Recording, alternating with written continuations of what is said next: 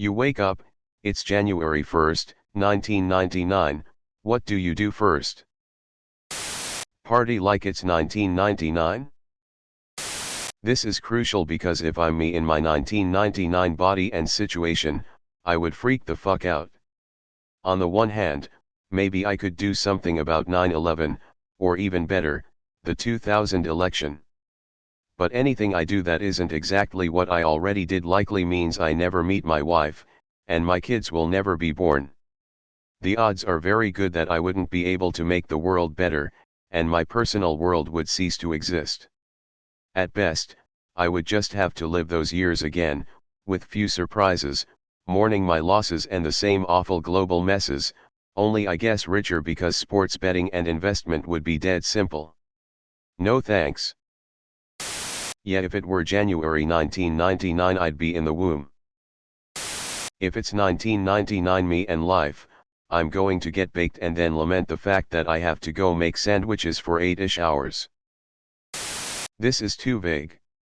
Am I transported into my child body in 1999 or my current body in 1999? If it's the former, I immediately begin writing everything, and I mean everything I remember about the future. No, I'm not worried about this ending up in the wrong hands or something silly. I'm a nobody from nowhere. The purpose of writing these things down has multiple applications. It helps ensure that over time I don't forget important pieces of trivia, personal and societal. It helps me verify to my family that I have somehow traveled through time. It helps me make plans based on those details. Details I would write would likely include dates of accidents, sports team outcomes, election results, and things relating to my personal life, like a very belated and yet somehow backwards journal.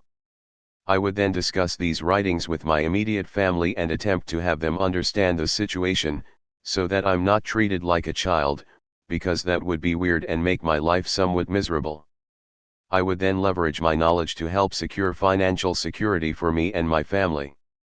I would not attempt to change the future in large ways, since I can't know the outcomes of the changes, and I would have a low chance of success. However, I would attempt to avert some family tragedies that happen many years later, ODs, car accidents, undiagnosed medical issues, etc. I would also likely drop out of school as early as possible.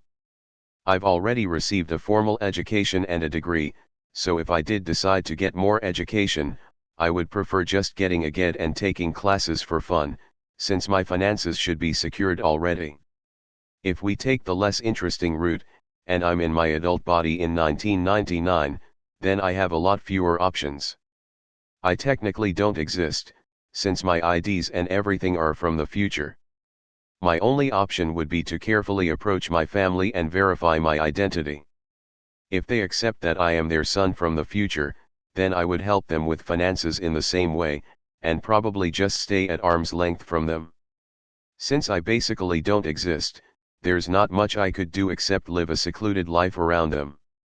Of course, if they don't believe me, then I'd have to try and make enough money to live through gambling using money from under the table jobs. However, I would attempt to avert some family tragedies that happen many years later, ODs, car accidents, undiagnosed medical issues, etc. Wouldn't doing that cause the future to drift and anything after that be uncertain? The film about time referenced someone doing that and then having to go back again to actually make those things happen and be aware when they happened. Great film, silly ending.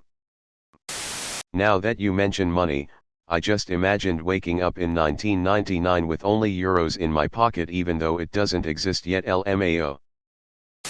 How often have you thought about this? Start a social news aggregation, content rating, and discussion website. I'll name it Reddit. 1999 would be high school for me. Winter break probably. All the following are people or animals that have died. Find my dad and give him a hug. Find grandpa and grandma and call them or visit. Pet my one cat that would let me and be nice to the other one. Cry a lot when I saw those animals and people, they would think I am crazy. Some of my friends I had are moved away or drifted apart, so I would hang out with them. I would go to the ice cream store I used to work at just to look around. Basically the same thing I used to do, but with some extra stops.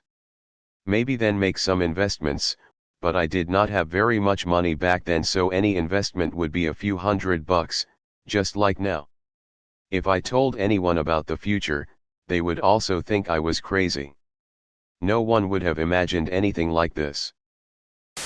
Scrounge as much money as I can and buy out of the money MSFT, AMZN, CSCO call options with January 2000 expiry. Sell them in January 2000 and make a fortune. Use the money to buy put options on all the same stocks. Sell those options in 2003 and make an even bigger fortune. Then back to call options. Bail out of them in 2008 and go back to puts. February 2009 buy AAPL, NFLX, Goog. Buy TSLA and FB when they IPO. Then I'm not sure. 2 chicks at once.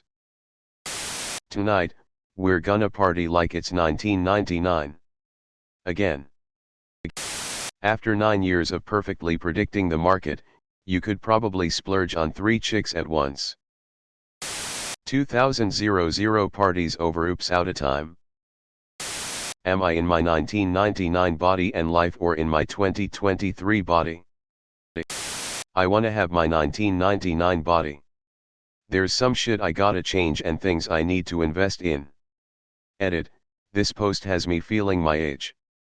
I would be almost 7.25 years old on that day, so I would have to deal with the struggle of people ignoring me because I'd be a child then.